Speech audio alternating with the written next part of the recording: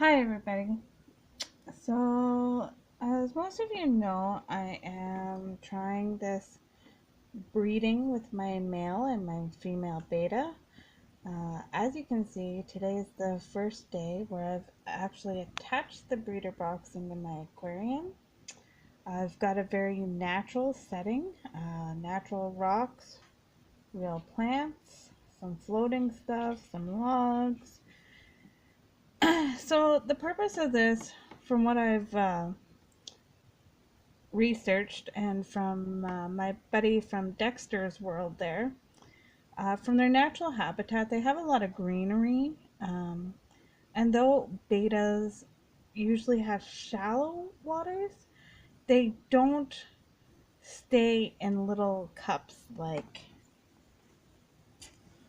where is it? There it is. Like these. These are what you get them in. Okay. Betas like to swim miles in streams. They're usually shallow streams, so I've kept my aquarium fairly shallow. Like I've got a good amount of rocks there and not quite filled to the top.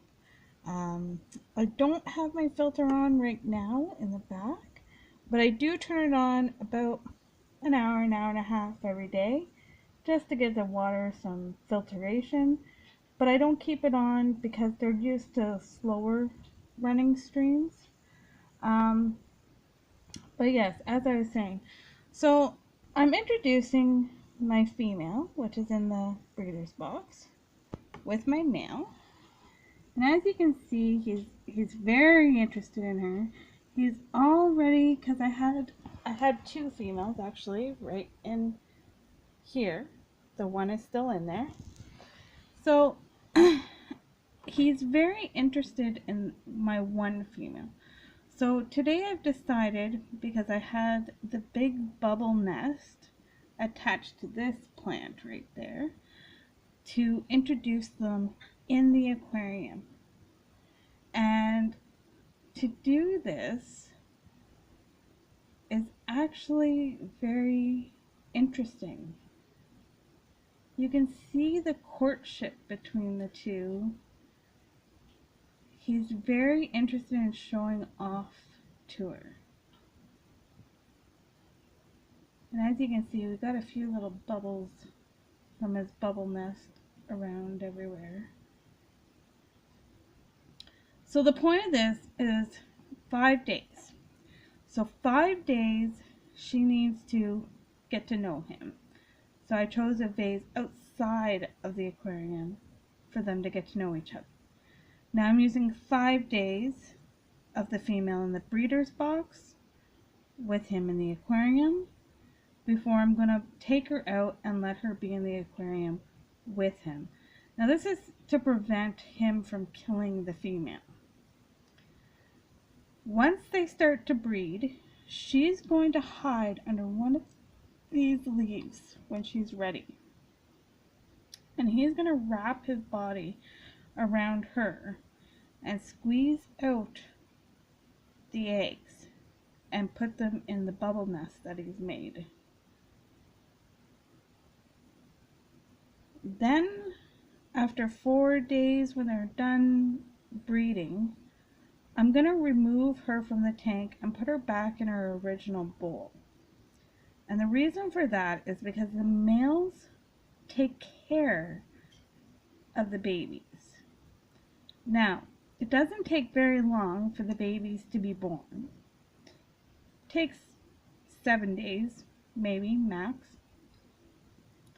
When the babies are born, he's going to take care of them until the first feed, where we're going to give them live brine shrimp larvae.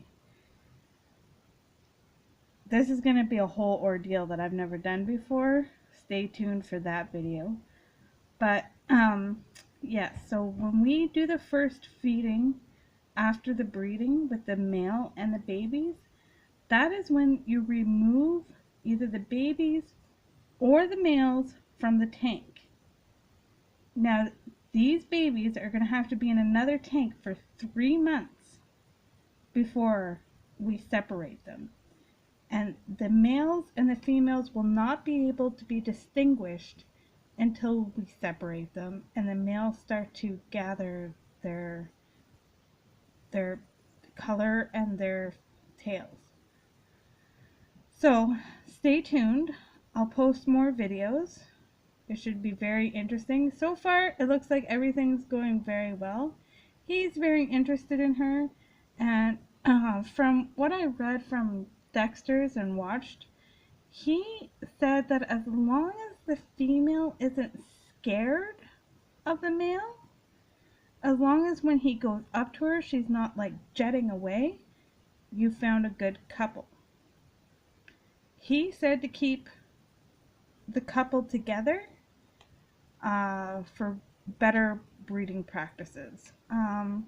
So if I were wanting to breed this female, I would actually need another male. I'm not prepared to do that yet because this is my first round at this. So we'll see how it goes. Stay tuned.